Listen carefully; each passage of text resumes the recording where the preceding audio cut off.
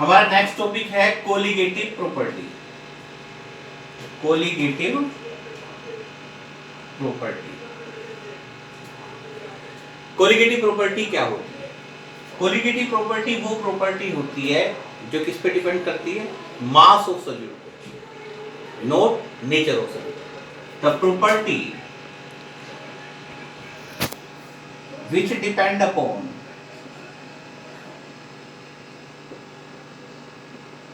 mass of solute, not nature of solute।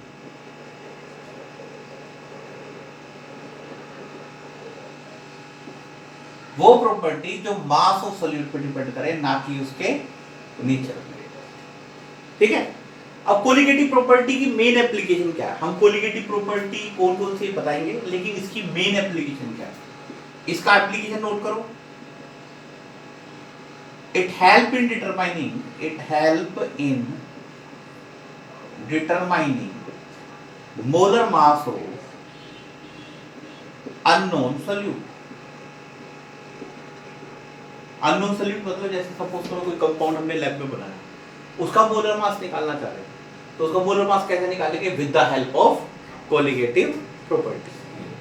अब हमारी चार बेसिक कोलिगेटिव प्रॉपर्टी हैं। पहली है relative lowering of vapour pressure, relative lowering of vapour pressure. दूसरी है elevation in boiling point, elevation in boiling point. तीसरी है depression in freezing point, depression in freezing point. और चौथी कौन सी है? Osmotic pressure. तो हम एक एक करके ये सारी प्रॉपर्टी पढ़ेंगे। इन चारों प्रॉपर्टी, चार कोलिगेटिव प्रॉपर्टी जो किस पे डिपेंड करती है? किस पे डिपेंड करती है? क्या बताया मैंने? मास of solute, nature of solute. और इनका एप्लीकेशन क्या है? इससे हम किसी भी अननोन कंपाउंड का क्या निकाल सकते हैं? Molar mass. पहली कोलिगेटिव प्रॉपर्टी है हमारी relative lowering of vapour pressure, जो कि मैं आपको प्रीवियस लेक्चर बता चुका हूं कि relative lowering of vapour pressure का मतलब क्या है। क्या है रिलेटिव लोअरिंग? कि हमें पता है कि अगर किसी सोलवेंट में क्या डाल दें? Non volatile solute. क्या डाल दिया? Non volatile solute. ये हमने किसी सोलवेंट में डाल दिया, तो उस सोलवेंट का vapour pressure, solvent plus non volatile solute क्या होता है? सॉल्यूशन हो गया। तो इस सॉल्यूशन का वेपर प्रेशर प्योर सोलवेंट से कम होगा। सॉल्यूशन का वेपर प्रेशर कम, कौन से सॉल्यूशन का? जो कि नॉन वोलेटाइल सोल्यूट से बना है। कौन से सॉल्यूशन के वेपर प्रेशर की बात कर रहा हूं? जो कि किससे बना है? नॉन वोलेटाइल सोल्यूट से। ठीक है। तो सॉल्यूशन का वेपर प्रेशर कम है और प्योर सोलवेंट का ज्यादा है। तो हम इसको किस तरीके से प्रेजेंट करते हैं? पी नोट सोलवेंट का, पीएस सॉल्यूशन का। तो P naught minus PS divide by P naught is equal to x2। x2 क्या है? Mole fraction of solute, that is equal to n2 divide by n1 plus n2। और P naught minus PS divide by P naught n2 divide by n1 plus n2। n2 क्या है? Mole of solute. n1 क्या है? Mole of solvent. n2 क्या है? Mole of solute. जिसे हम कह सकते हैं x2 that is mole fraction of solute. मैंने आपको ये भी बताया था कि आजकल हम एक नई टर्म्स यूज करते हैं जब भी हमें क्वेश्चंस करने होते हैं, तो ये तो कंसेप्चुअल है। P naught minus PS. P note क्या होगा? सोलवेंट का प्रेशर, पीएस सॉल्यूशन का, और पी नोट माइनस पीएस क्या हो गया? Decrease in vapour pressure. क्या हुआ? Decrease in vapour pressure. इसको हमने किससे डिवाइड किया? प्योर से। तो क्या हो गया? रिलेटिव डिक्रीज, जो कि किसके बराबर है? Mole fraction of solute. ठीक है। ये number of mass of solute पे डिपेंड करता है। मोल ऑफ सोल्यूट आ गए, मोल ऑफ सोल्यूट किस पे डिपेंड करता है? मास ऑफ सोल्यूट पे। तो ये क्या है? एक कोलिगेटिव प्रॉपर्टी है। दूसरी प्रॉपर्टी है elevation in boiling point, elevation in boiling point. इससे पहले आपको बॉइलिंग पॉइंट की डेफिनेशन को समझना होगा कि बॉइलिंग पॉइंट क्या होता है। बॉइलिंग पॉइंट क्या होता है? The temperature at which vapour pressure of liquid become equal to the atmospheric pressure. The temperature at which vapor pressure of liquid is equal to atmospheric pressure, atmospheric pressure.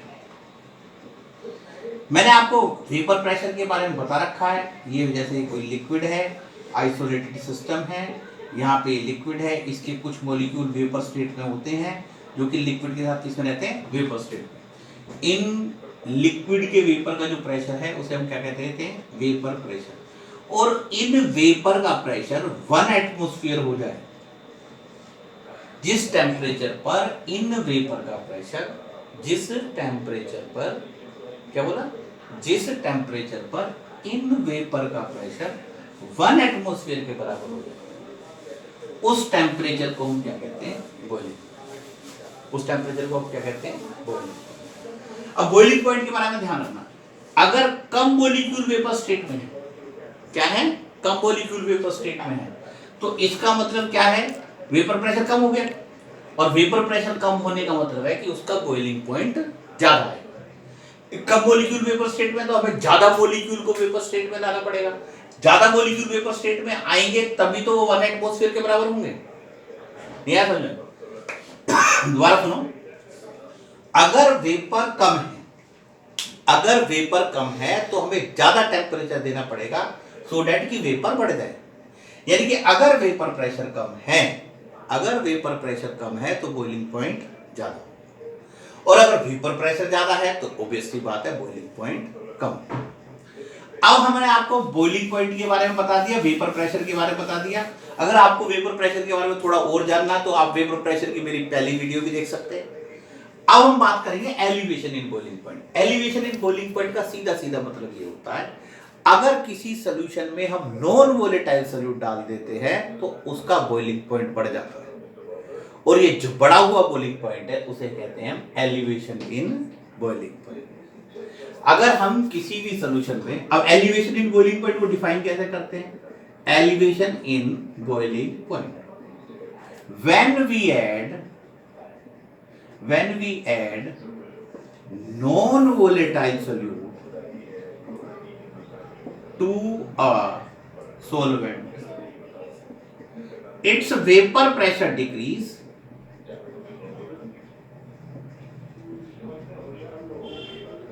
and boiling point increase. This increase in boiling point, is called elevation in boiling point। ये मैंने आपको बता रखा है, जब भी हम तो मैंने आपको बताया था, देखो मैं फिर दोबारा बता रहा हूं, अगर हम नॉन वोलेटाइल सॉल्यूट को सोलवेंट में डालते हैं तो क्या होता है, सोलवेंट का वेपर प्रेशर ऑब्वियसली बात है कम हो जाता है। हालांकि हम ये सोलवेंट बोल देते हैं, सोल्यूशन बोलना चाहिए, सोल्यूट प्लस सोलवेंट सोल्यूशन। यानी कि अगर जैसे ही हमने इस सोलवेंट में नॉन वोलेटाइल सॉल्यूट डाला तो वेपर प्रेशर डिक्रीज हो गया, और वेपर प्रेशर डिक्रीज होने का मतलब क्या है, बॉइलिंग पॉइंट इंक्रीज हो गया।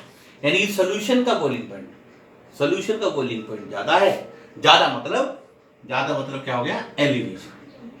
अब इसके बेस पे ग्राफ आता है, इसके पहले आपको एक और कंसेप्ट समझना पड़ेगा। मैं ग्राफ को यहाँ पे एक्सप्लेन कर देता हूँ। यहाँ टेम्परेचर, यहाँ वेपर प्रेशर, और ये टेम्परेचर मान लो, ये हमने ये टेम्परेचर, ये वेपर प्रेशर, ये प्रेशर क्या है, 1 एटमॉस्फेरिक प्रेशर। ये प्रेशर क्या है, 1 एटमॉस्फेरिक प्रेशर। अब हमें पता होना चाहिए टेम्परेचर बढ़ाने से वेपर प्रेशर बढ़ेगा। अब ये कोई सोलवेंट है, ये क्या है, कोई सोलवेंट है, ठीक है। आपने टेम्परेचर बढ़ाना शुरू करा, इसका वेपर प्रेशर बढ़ना शुरू हुआ, ये प्रेशर बढ़ना शुरू हुआ, और इस टेम्परेचर पे जाके सोलवेंट, यहाँ पे प्योर सोलवेंट है, प्योर पानी मान लो, तो सोलवेंट का हमने टेम्परेचर बढ़ाया, वेपर प्रेशर बढ़ना शुरू हुआ। फाइनली हम कह सकते हैं इस टेम्परेचर पे आके, ये देखो, ये इस टेम्परेचर पे आके ये temperature T note, solvent boil हो गया। अब इसी सोलवेंट में हमने क्या करा, नॉन वोलेटाइल सॉल्यूट डाला। जैसे ही सोलवेंट में नॉन वोलेटाइल सॉल्यूट डालेंगे तो उसका वेपर प्रेशर डिक्रीज हो गया। सेम टेम्परेचर पे सोलवेंट का ज्यादा, और सॉल्यूट डाला, सॉल्यूट जैसे हमने चीनी डाल दी पानी में, ये तो पानी मान लो, यहाँ पे पानी प्लस चीनी है, चीनी डालते ही उसका वेपर प्रेशर, सॉल्वेंट का वेपर प्रेशर कम हो गया। अब अगर हम टेम्परेचर बढ़ाएंगे तो ऑब्वियस सी बात है सॉल्यूशन का वेपर प्रेशर बढ़ेगा, और फाइनली बढ़ते यहाँ पे आ गया। अब तो आप देख ही रहे हो, ये इस तरीके से ग्राफ आ गया। ये टीबी, ये सॉल्यूशन का है, ये किसका है, सॉल्यूशन का, और ये किसका है, सॉल्वेंट का। तो टीबी सॉल्यूशन का है, टी नॉट सॉल्वेंट का है। तो सॉल्वेंट का बॉइलिंग पॉइंट कम है, सॉल्यूशन का बॉइलिंग पॉइंट ज्यादा है। सॉल्वेंट का वेपर प्रेशर ज्यादा है, और मैंने बताया था वेपर प्रेशर ज्यादा बॉइलिंग पॉइंट कम, वेपर प्रेशर कम बॉइलिंग पॉइंट ज्यादा। इसका वेपर प्रेशर ज्यादा है तो बॉइलिंग पॉइंट कम है, इसका वेपर प्रेशर ज्यादा है तो बॉइलिंग पॉइंट, वेपर प्रेशर कम है तो बॉइलिंग पॉइंट ज्यादा है। तो TB minus T naught, TB minus T naught क्या आ गया, elevation, which is equal to delta TB. It is directly proportional to molality, और delta TB is equal to क्या आ गया, केबी इंटू एम। केबी क्या है, मोलर एलिवेशन कांस्टेंट। केबी का क्या नाम है, मोलर एलिवेशन कांस्टेंट। केबी का क्या नाम है, मोलर एलिवेशन कांस्टेंट। ये कांस्टेंट है, इसकी वैल्यू डिपेंड करती है बॉइलिंग पॉइंट ऑफ सॉल्वेंट पे और मोलर मास वगैरह पे, बताएंगे इसके बारे में। अब इसको डिफाइन करना आ जाए, इसका नाम एक और है मोलर एलिवेशन को, इलियोस्कोपिक कांस्टेंट। कई बार ये क्वेश्चन आता है 1 नंबर का, कई बार से पूरा क्वेश्चन आता है इस तरीके से कि explain elevation in boiling point with the help of graph. तो एक क्वेश्चन में पूरा एक्सप्लेन करना होता है। दूसरी बात, ये डिफाइन मोलर एलिवेशन कांस्टेंट या डिफाइन इलियोस्कोपिक कांस्टेंट। अब इसको कैसे डिफाइन करेंगे, अगर मोलैलिटी 1 है तो मोलर एलिवेशन कांस्टेंट किसके बराबर हो जाएगा, एलिवेशन इन बॉइलिंग पॉइंट। तो यही इसकी डेफिनेशन है कि केबी को डिफाइन करना है। तो मैं यहां पे डिफाइन कर रहा हूं केबी को, देखो डिफाइन केबी क्या है, मोलर एलिवेशन कांस्टेंट। तो it is equal to what, elevation in boiling point. It is equal to elevation in boiling point when molality is taken as unity। जब मोलैलिटी 1 है तो मोलर एलिवेशन कांस्टेंट किसके बराबर है, molar elevation constant किसके बराबर है, elevation in boiling point.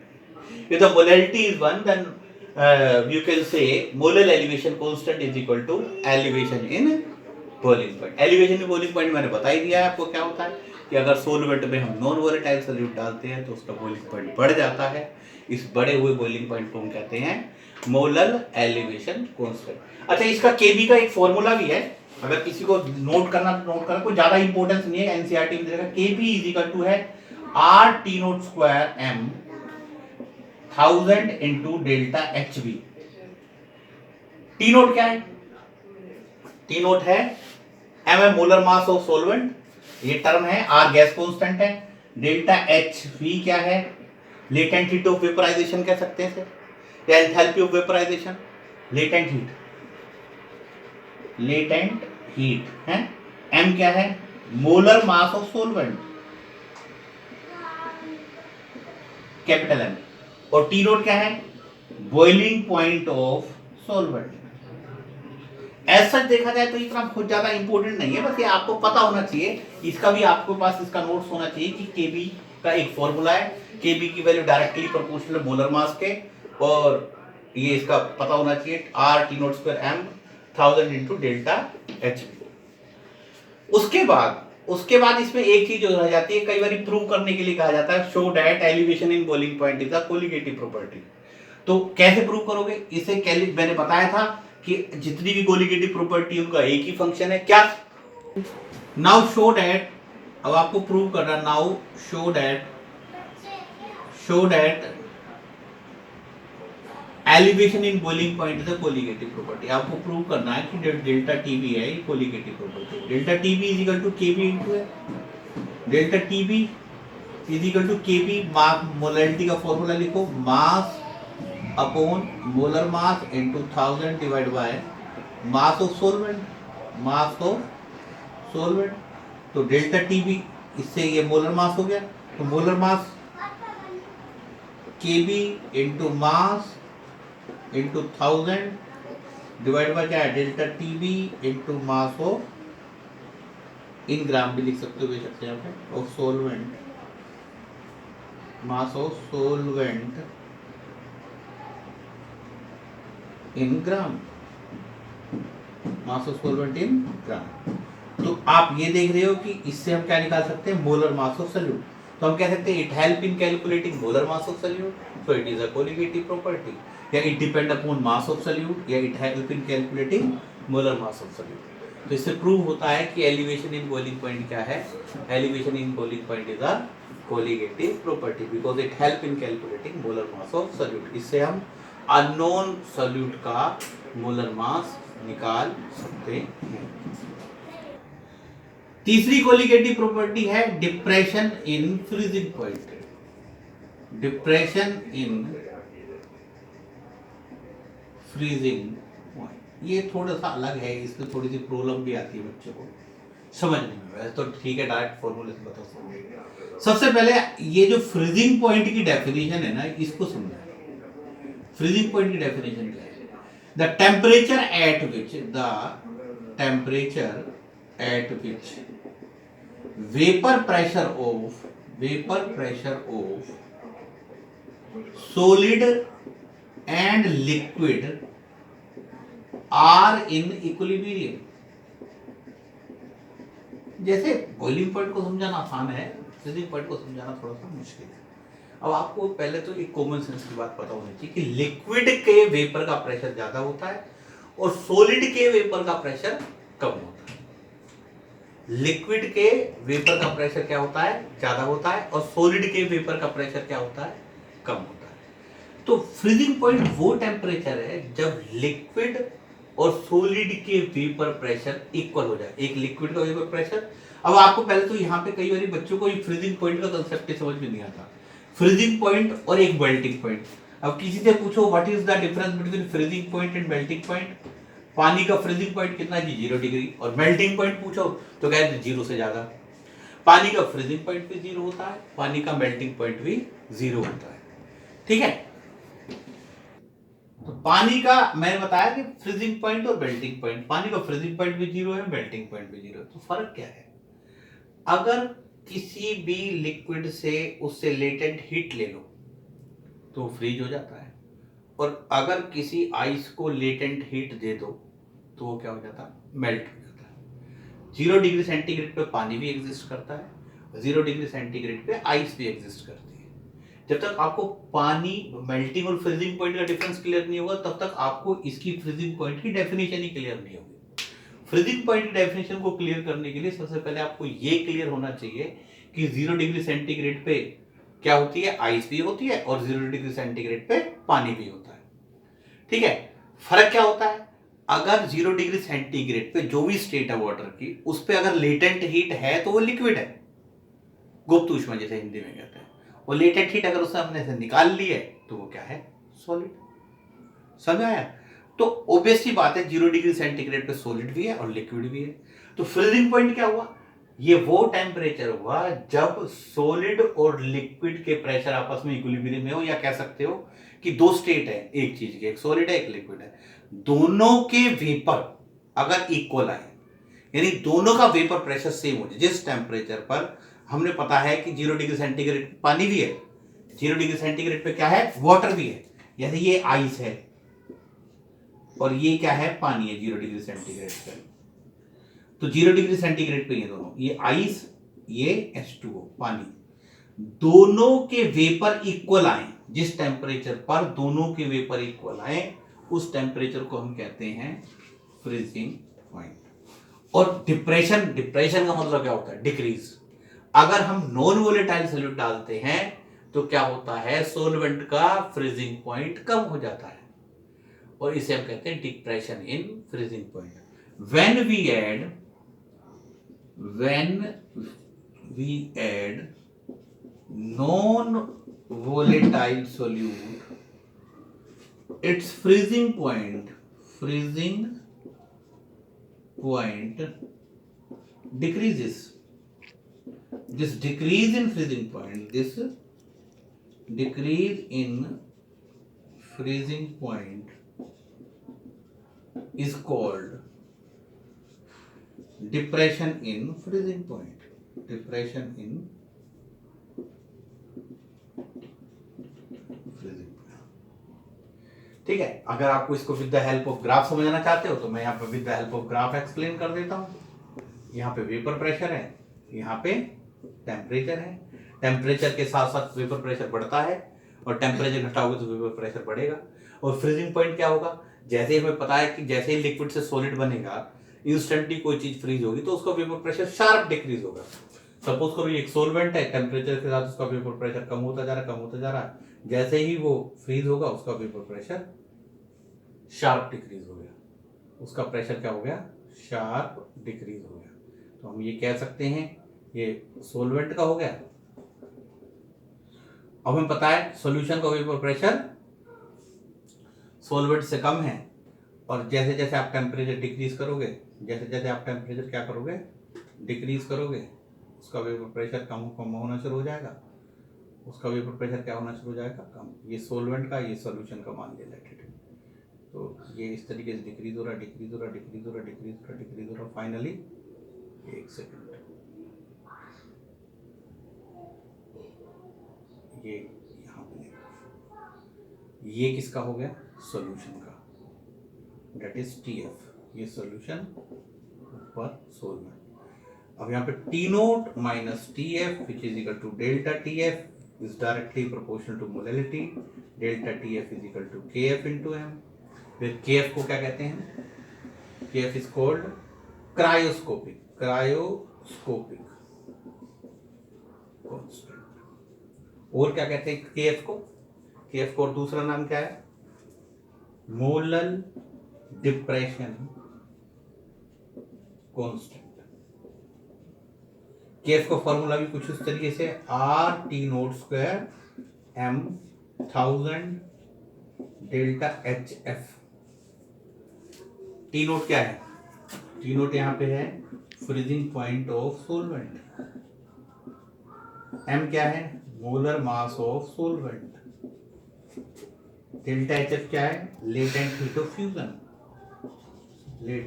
Of fusion, ठीक।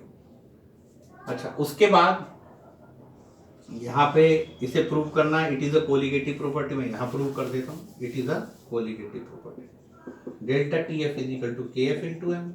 डेल्टा TF KF मोलैलिटी का formula mass upon molar mass 1000 upon mass of solvent, mass of what, और मोलर मास क्या आ जाएगा, KF into mass into 1000 divide by delta TF into mass of solvent. So देख रहे हो कि depression in freezing point depend upon it help in calculating molar mass of solute. और जो भी चीज मोलर सोल्यूट का मोलर मास कैलकुलेट करने में, यानी कि हमें बताया था कि कोलिगेटिव प्रॉपर्टी का मेन फंक्शन क्या है, they help in calculating molar mass of solute. तो अच्छा, एक बात और इसका एक एप्लीकेशन पार्ट ये भी होता है कि जब भी बर्फ पड़ती है, जैसे शिमला वगैरह जितने भी हिल स्टेशन में बर्फ पड़ती है, तो हम वहाँ क्या करते हैं, नमक डाल देते हैं। नमक क्यों डालते हैं सड़क पे, नमक इस वजह से डालते हैं कि जो नमक है बर्फ के फ्रीजिंग पॉइंट को और कम कर देता है, जिससे बर्फ क्या होता है, इजीली क्या हो जाती है, पिघल जाती है। या नॉर्मली कई बार हम पेट्रोल में कुछ ऐसे चीजें डाल देते हैं जैसे ग्लाइकोल वगैरह डाल देते हैं, तो ग्लाइकोल डालने से क्या एडवांटेज होता है, वो पेट्रोल के फ्रीजिंग पॉइंट को और कम कर देता है। जैसे लद्दाख जैसी जगह है जहां पर कि क्या है वहां पर फ्रीजिंग पॉइंट, वहां पे जो रूम टेम्परेचर है, मतलब जो नॉर्मल टेम्परेचर है -30 -40 चला जाता है। तो वहां पे हम क्या करते हैं, पेट्रोल जम जाएगा वहां पे, तो उसमें क्या करते हैं, ग्लाइकोल वगैरह डाल देते हैं। ग्लाइकोल क्या करता है, पेट्रोल को जमने नहीं देता, पेट्रोल के फ्रीजिंग पॉइंट को और लोअर कर देता है। तो ये इसका एक एप्लीकेशन पार्ट है डिप्रेशन इन फ्रीजिंग पॉइंट का, कि हम सड़कों पे नमक डालते हैं जब बर्फ पड़ती है हिल स्टेशन में, या हम पेट्रोल में ग्लाइकोल ऐड करते हैं। अब हमारा नेक्स्ट टॉपिक है ऑस्मोटिक प्रेशर। ऑस्मोटिक प्रेशर को समझने के लिए 3-4 टर्म्स लिखी हुई हैं, इनको थोड़ा सा पढ़ लेना, समझ में आ जाएगी। जैसे डिफ्यूजन क्या होता है, डिफ्यूजन सिंपल है, movement of molecule from high concentration to low concentration. जैसे डिफ्यूजन का एक एग्जांपल, जैसे 2-3 एग्जांपल बताता हूँ। जैसे सेंट को यहाँ छिड़क दिया जाए तो सेंट पूरे पूरे कमरे में फैल जाती है, तो डिफ्यूज हो रही है, ठीक है। या पानी की इंक की एक ड्रॉप लो, इंक की ड्रॉप लोगे, पानी में छोड़ो, वो धीरे धीरे धीरे धीरे धीरे करके पूरे पानी में डिफ्यूज हो जाती है। ये क्या होता है? Diffusion, movement of molecule from high concentration to low concentration. फिर है परमिएबल मेम्ब्रेन। परमिएबल मेम्ब्रेन क्या होती है? ये मेम्ब्रेन्स होती हैं जिसमें से सॉल्यूट पार्टिकल भी पास कर जाए और सॉल्वेंट पार्टिकल भी पास कर जाए। इम्परमिएबल मेम्ब्रेन भी होती हैं जिसमें से ना तो सॉल्यूट पास कर सके ना सॉल्वेंट पास कर सके। और एक होती है सेमी परमेबल मेम्ब्रेन, ये सेलेक्टिव मेम्ब्रेन होती है। सेमी परमेबल क्या करती है? केवल सोलवेंट मॉलिक्यूल को अपने से पास करने देती है, सोल्यूट मॉलिक्यूल को पास नहीं करने देती। तो सबसे इंपॉर्टेंट ये है कि सेमी परमेबल मेम्ब्रेन क्या होती है? वो membrane which allow solvent molecule to pass through it. Example क्या है इसके? नेचुरल सेमी परमेबल मेम्ब्रेन का एग्जांपल है एनिमल मेम्ब्रेन, पिग मेम्ब्रेन। और आर्टिफिशियल का है Cu2 एफिशिएंसी, कॉपर फेरो साइनाइड, ठीक है। ऑस्मोसिस, ये क्या है? Movement of solvent molecule from low concentration to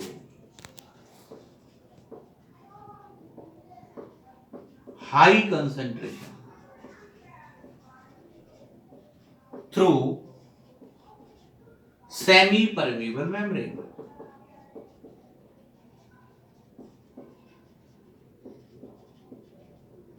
जैसे ये एक सोलवेंट ले लिए, ये सेमी परमेबल मेम्ब्रेन है, यहाँ पे कंसेंट्रेशन क्या है? लो। यहाँ कंसेंट्रेशन क्या है? ज्यादा। जहाँ ज्यादा डोट बनाए हुए हैं वहां कंसेंट्रेशन ज्यादा है, जहाँ कम डोट बनाए हैं वहां कंसेंट्रेशन कम है। अब होता क्या है? ये जो सेमी परमेबल मेम्ब्रेन है, यहां से सोलवेंट मॉलिक्यूल का फ्लो होने लगता है। किस साइड? जहां पे कंसेंट्रेशन ज्यादा है। यहां पे मैंने क्या बताया? कम डोट बनाए हैं तो यहाँ कंसेंट्रेशन कम है, यहाँ सॉल्यूट कम है, यहाँ सॉल्यूट ज्यादा है। तो यहां से सोलवेंट मॉलिक्यूल का फ्लो, ये सेमी परमेबल मेम्ब्रेन है, इस सेमी परमेबल मेम्ब्रेन के थ्रू कहां होने लगता है? जहां पर ज्यादा कंसेंट्रेशन है। अच्छा, अब आप इसमें सोच के देखो। इसमें सोचने वाली बात यह है कि अगर हम सपोज करो इस साइड प्रेशर लगाए, प्रेशर बढ़ाना शुरू कर दे, तो क्या होगा? सोचो, जब हम यहां प्रेशर लगाएंगे तो सोलवेंट मॉलिक्यूल का फ्लो कम हो जाएगा। आप और प्रेशर लगाओगे तो सोलवेंट मॉलिक्यूल का फ्लो और कम हो जाएगा। आप और ज्यादा प्रेशर लगा दोगे तो एक प्रेशर के बाद यहां से यहां सोलवेंट मॉलिक्यूल का फ्लो रुक जाएगा। वो प्रेशर जो सोलवेंट मॉलिक्यूल के फ्लो को रोक दे उसे हम कहते हैं osmotic pressure required to stop process of osmosis। वो प्रेशर जो ऑस्मोसिस प्रेशर, ऑस्मोसिस प्रोसेस को रोक दे, वो प्रेशर है जो ऑस्मोसिस प्रोसेस को रोक देता। और ऑस्मोसिस मैंने बता ही दिया, movement of solvent molecule from low concentration to high concentration. तो minimum pressure required to stop process of osmosis is called osmotic pressure. Osmotic pressure का सिंबल है pi. Pi is directly proportional to C, pi is directly proportional to T, और pi is equal to CRT, where C is molarity. C क्या है यहाँ पर? Molarity. T temperature है और R क्या है? Gas constant. अब इसमें हम यहाँ भी हम प्रूव करने को आ सकता है क्या कि osmotic pressure is a colligative property. तो pi is equal to CRT। Pi की जगह हम क्या लिख सकते हैं? Mass upon molar mass. C क्या है? मोलैरिटी है। 1000 upon volume of solution in ml into RT। तो मोलर मास क्या आ जाएगा? Mass into 1000 into RT divide by pi into volume of solution in ml। तो क्या कंक्लूजन निकाल के आया कि ये जो ऑस्मोटिक प्रेशर है it help in calculating molar mass of solute. इससे हम मोलर मास ऑफ सोल्यूट निकालते हैं, और इससे हम मोलर मास ऑफ सोल्यूट निकालते हैं तो it is a colligative property, it is a colligative property. इसके अलावा इसमें कुछ टर्म्स वगैरह हैं, जैसे आइसोटोनिक सॉल्यूशन। क्या है? Isotonic solution. Isotonic solution, isotonic solution क्या होता है? अगर सेमी परमेबल मेम्ब्रेन के दोनों तरफ ऑस्मोटिक प्रेशर बराबर हो जाए, if the osmotic pressure along semi permeable membrane is same, if osmotic pressure along, मैं इधर लिख देता हूं, ध्यान दो थोड़ा।